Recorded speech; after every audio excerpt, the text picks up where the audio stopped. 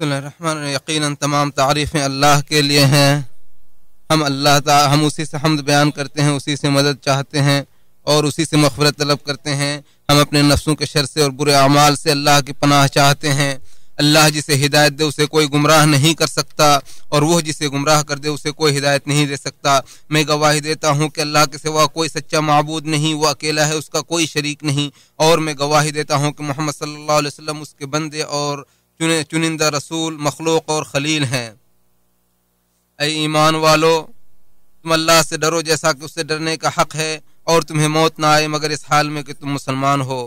اے ایمان والو، اے لوگو، تم ڈرو اس ذات سے جس نے تمہیں ایک نفس سے پیدا کیا اور پھر اس سے اس کی بیوی کو پیدا کیا، اور ان دونوں کے ذریعے بہت سارے مردوں اور عورتوں کو پھیلا دیا۔ ڈرو اس ذات سے جس کے ذریعے تم مانگتے ہو، اور قرابت داری سے ڈرو، یقیناً اللہ رب العالمین تمہارا نگہبان ہے۔ اے ایمان والو، اللہ رب العالمین سے ڈرو اور سیدھی سچی بات کیا کرو، وہ تمہارے اعمال کو درست کر دے گا اور تمہارے گناہوں کو بخش دے گا، اور جو اللہ اور اس کے رسول کی اطاعت کرے گا تو اس نے بڑی کامیابی حاصل کر لی۔ حمد و صلات کے بعد یقیناً سب سے سچی بات اللہ کی کتاب ہے، سب سے بہتر طریقہ محمد صلی اللہ علیہ وسلم کا طریقہ ہے، سب سے بری بات دین کے اندر نئی بات ایجاد کرنا ہے، ہر نئی بات بدعت ہے، ہر بدعت گمراہی ہے، اور ہر گمراہی کا ٹھکانہ جہنم ہے۔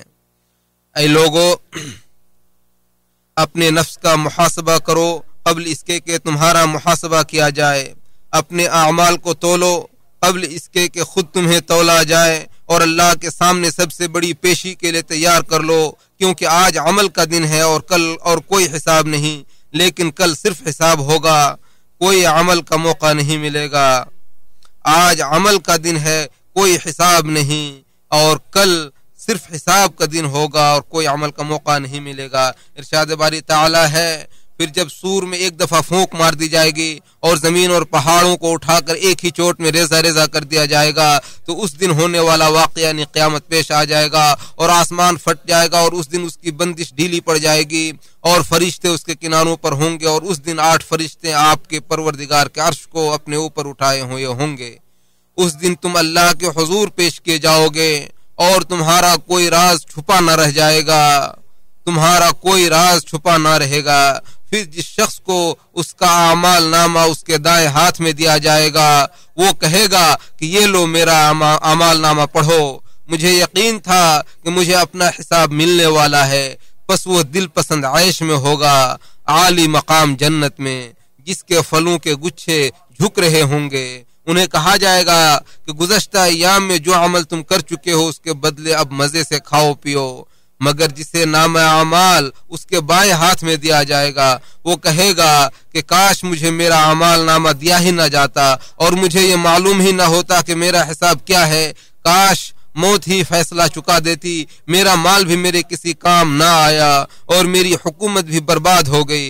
حکم ہوگا اسے پکڑ لو اور گردن میں توق پہنا دو، پھر اسے جہنم میں جھونک دو، پھر اسے ایک 70 گز لمبی زنجیر میں جکڑ دو۔ یہ اللہ بزرگ و برتر پر ایمان نہیں رکھتا تھا، اور نہ مسکین کو کھانا کھلانے کی ترغیب دیتا تھا، لہذا آج اس کا کوئی غمخوار و دوست نہ ہوگا، اور زخموں کے دھون کے علاوہ اسے کچھ کھانے کو بھی نہیں ملے گا۔ وہ بدلے کا یقینی دن اور حقیقی ہار جیت اور فیصلے کا دن ہوگا۔ ارشاد باری تعالی ہے، جس دن تم پیٹ پھیر کر بھاگے پھرو گے، مگر تمہیں اللہ سے کوئی بچانے والا نہ ہوگا، اور جسے اللہ گمراہ کر دے اسے کوئی راہ پر لانے والا نہیں۔ سورۃ الشورى میں اللہ تعالیٰ فرماتا ہے، اس دن تمہارے لیے کوئی جائے پناہ نہ ہوگی، اور تم اظہار ناراضگی بھی نہ کر سکو گے۔ وہ زلزلہ اور قیامت سے اور زمین کے اندر کی دبی چیزوں کو اٹھانے کا دن ہوگا۔ چنانچہ سورۃ الزلزال میں اللہ تعالیٰ فرماتا ہے جب زمین اپنی پوری شدت سے ہلا دی جائے گی اور وہ اپنے اندر کے سارے بوجھ نکال باہر پھینکے گی اور انسان کہے گا کہ اسے کیا ہو رہا ہے، اس روز وہ اپنی پوری خبریں بیان کر دے گی، کیونکہ اسے آپ کے پروردگار کا حکم ہی یہی ہوگا۔ اس دن لوگ متفرق ہو کر واپس لوٹیں گے تاکہ انہیں ان کے اعمال دکھائے جائیں، چنانچہ جس نے ذرہ برابر نیکی کی ہوگی وہ اسے دیکھ لے گا اور جس نے ذرہ برابر بدی کی ہوگی وہ بھی اسے دیکھ لے گا۔ وہ کھڑکھڑانے والے دن ہوگی، اور آپ کو کیا پتا کہ یہ کھڑکھڑانے والی چیز کیا ہے؟ جس دن لوگ بکھرے ہوئے پروانوں کی طرح ہوں گے اور پہاڑ دھنے ہوئے رنگین اون کی طرح ہو جائیں گے، پھر جس کے نیک اعمال کے پلڑے بھاری ہوں گے وہ دل پسند آرام کی زندگی میں ہوگا، اور جس کے پلڑے ہلکے ہوں گے اس کا ٹھکانہ ہاویہ جہنم ہے۔ اور آپ کو کیا معلوم کہ وہ کیا ہے؟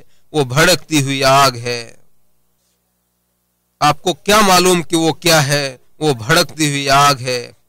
سورۃ التکاثر میں اللہ تعالیٰ فرماتا ہے کہ تمہیں ایک دوسرے سے زیادہ حاصل کرنے کی حرص نے غافل کر دیا، یہاں تک کہ تم قبرستان جا پہنچے۔ ہرگز نہیں تم جلدی جان لوگے، پھر ہرگز نہیں تم جلدی جان لوگے، ہرگز نہیں، کاش تم یقینی طور پر جان لیتے۔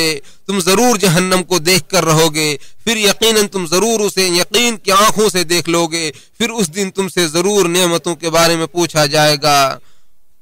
وہ ایسا دن ہوگا جس دن کوئی بول نہیں سکے گا، اسے نہ ہی بولنے کا موقع دیا جائے گا کہ وہ کوئی عذر پیش کرے گا۔ اس دن اللہ تعالیٰ زمین کو اپنی مٹھی میں کر لے گا اور آسمان کو اپنے دائیں ہاتھ سے سمیٹ دے گا، پھر کہے گا کہ میں بادشاہ ہوں، کہاں ہے دنیا کے بادشاہ؟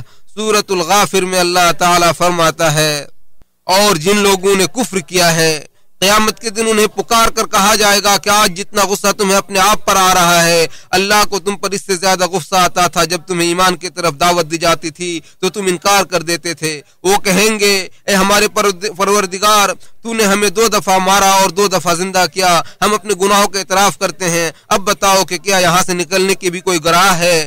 جواب ملے گا کہ تمہارا یہ حال اس لیے ہے کہ جب تمہیں صرف ایک اللہ کی طرف بلایا جاتا تھا تو تم انکار کر دیتے تھے، اور اگر اس کے ساتھ کوئی شریک بنایا جاتا تھا تو تم مان لیتے تھے۔ اب فیصلہ تو اللہ ہی کے ہاتھ میں ہے جو عالی شان اور کبریائی والا ہے۔ وہی تو ہے جو تمہیں اپنی نشانیاں دکھاتا ہے اور آسمان سے تمہارے لیے رزق اتارتا ہے، مگر ان باتوں سے سبق تو وہی حاصل کرتا ہے جو اس کی طرف رجوع کرتا ہے۔ لہذا اللہ کو خالصتاً اسی کی حاکمیت تسلیم کرتے ہوئے پکارو، اگرچہ کافر اسے برا ہی مانے۔ وہ بلند درجوں والا ہے، عرش کا مالک ہے، وہ اپنے بندوں میں سے جسے چاہتا ہے، جس پر چاہتا ہے، اپنے حکم سے روح یعنی وحی نازل کرتا ہے تاکہ وہ لوگوں کو ملاقات کے دن سے ڈرائے، جس دن سب لوگ کھلے میدان میں ہوں گے اور ان کی کوئی بات بھی اللہ سے چھپی نہ رہے گی، اور پوچھا جائے گا کہ آج حکومت کس کی ہے؟ پھر خود ہی فرمائے گا کہ صرف اللہ کی جو صرف سب پر غالب ہے۔ آج ہر شخص کو اسی کا بدلہ دیا جائے گا جو اس نے کمایا ہوگا، کسی پر آج ظلم نہیں کہ ہوگا، بلا شبہ اللہ فوراً حساب لینے والا ہے۔ اور اے نبی، انہیں قریب آ پہنچنے والے دن سے ڈرائیے جب غم کے مارے کلیجے منہ کو آ رہے ہوں گے، اس دن ظالموں کا کوئی حمایتی نہیں ہوگا۔ اور کیا ان لوگوں نے زمین میں چل پھر کر نہیں دیکھا کہ جو لوگ ان سے پہلے گزر چکے ہیں ان کا کیا انجام ہوا؟ اور اللہ تعالیٰ سورۃ الاسم میں فرماتا ہے، سورۃ ابراہیم میں فرماتا ہے کہ یہ کبھی نہ خیال کرنا کہ ظالم جو کچھ کر رہے ہیں اللہ ان سے بے خبر ہے، وہ تو انہیں اس دن کے لیے مہلت دے رہا ہے جس دن نگاہیں پھٹی رہ جائیں گی۔ وہ یوں اپنے سر اٹھائے اور سامنے نظریں جھکائے نظریں جمائے دوڑے جا رہے ہوں گے کہ ان کی نگاہیں اپنی ہی طرف بھی نہ مڑ سکیں گی اور دل گھبراہٹ کی وجہ سے اڑے جا رہے ہوں گے۔ اے نبی، آپ لوگوں کو اس دن سے ڈرائیے جس دن کا عذاب انہیں آ لے گا، تو اس دن ظالم کہیں گے کہ ہمارے پروردگار ہمیں تھوڑی سی مہلت اور مہلت دے دے، ہم تیری دعوت قبول کریں گے اور تیرے رسولوں کی پیروی کریں گے۔ اللہ تعالیٰ انہیں جواب دے گا، کیا تم وہی لوگ نہیں ہو جو اس سے پہلے یہ قسمیں کھایا کرتے تھے کہ تمہیں کبھی زوال نہیں آئے گا، حالانکہ تم ایسے لوگوں کی بستیوں میں آباد تھے جنہوں نے اپنے آپ پر ظلم کیا تھا، اور تم پر یہ واضح بھی ہو چکا تھا کہ ان سے ہم نے کیا سلوک کیا تھا، اور تمہارے لیے ان کی مثالیں بھی بیان کر دیتی تھی۔ ان لوگوں نے حق کے خلاف خوب چالیں چلیں، حالانکہ ان کی چالوں کا توڑ اللہ کے پاس موجود تھا، اگرچہ ان کی چالیں ایسی خطرناک تھی کہ ان سے پہاڑ بھی ٹل جاتے۔ اے نبی، یہ خیال نہ کرنا کہ اللہ اپنے رسولوں سے جو وعدہ کیا ہے وہ اسے پورا نہ کرے گا، یقیناً اللہ سب پر غالب اور انتقام لینے والا ہے۔ اللہ تعالیٰ قرآن مجید کو ہمارے اور آپ کے لیے بابرکت بنائے، اس کی آیتوں اور حکیمانہ نصیحتوں کو میرے اور آپ کے لیے نفع بخش بنائے۔ میں اللہ تعالیٰ سے مغفرت طلب کرتا ہوں، آپ بھی اس سے مغفرت طلب کریں، یقیناً بخشنے والا رحم کرنے والا ہے۔